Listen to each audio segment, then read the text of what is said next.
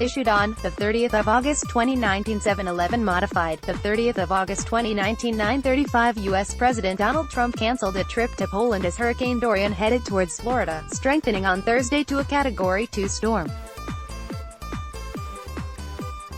Advertising read more. Trump, who had been scheduled to attend World War II anniversary commemorations this weekend, said he would focus instead on preparations for the approaching storm. "Our highest priority is the safety and security of the people in the path of the hurricane," he told reporters in the White House Rose Garden.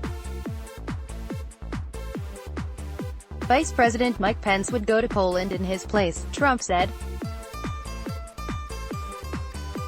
He called his Polish counterpart Andrzej Duda to apologize for the cancellation, saying the storm could be catastrophic. The president's chief of staff Krzysztof Sierski said, according to the PAP agency.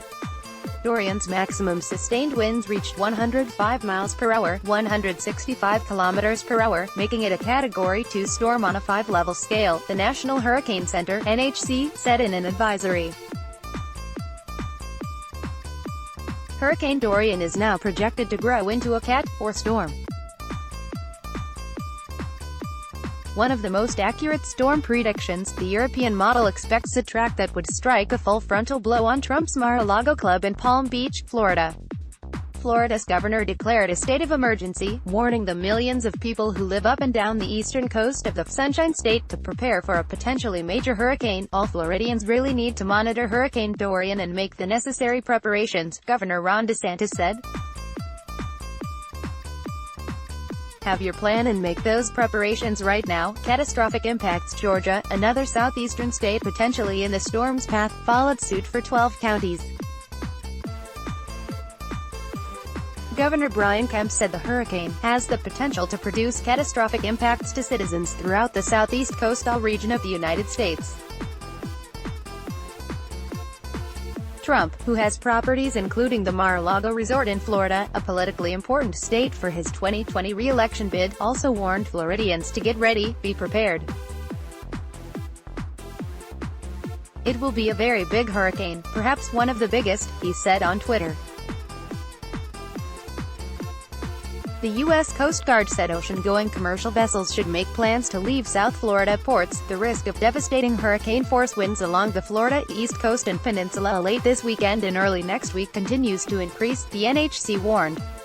Miami's Ocean Drive, a normally vibrant strip along the beach, was quiet, with some empty tables and fewer tourists than usual. Grocery stores were full of shoppers making last-minute purchases of water, food, propane canisters and other supplies.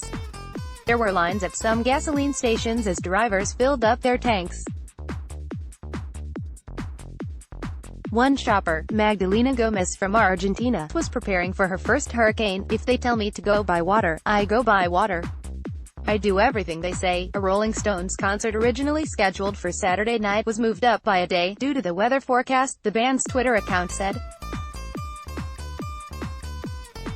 Puerto Rico spared, strengthening is forecast during the next few days, and Dorian is expected to become a major hurricane on Friday, and remain an extremely dangerous hurricane through the weekend, the NHC said.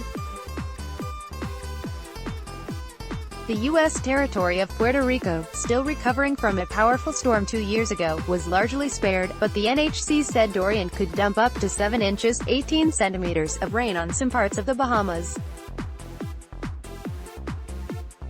In Puerto Rico, the new governor, Wanda Vazquez, gave the all-clear, but there was no let-up in the political storm involving Trump and Carmen Yulín Cruz, the mayor of San Juan, the island's capital. "Now that Dorian is going to the East Coast, let us hope that real Donald Trump sets aside his prejudice and racism." Trump declared a state of emergency in Puerto Rico ahead of Hurricane Dorian's anticipated arrival, authorizing federal assistance, but said that the island is one of the most corrupt places on Earth, and its political system is broken. Puerto Rico was devastated in 2017 by Hurricane Maria, a Category 4 storm.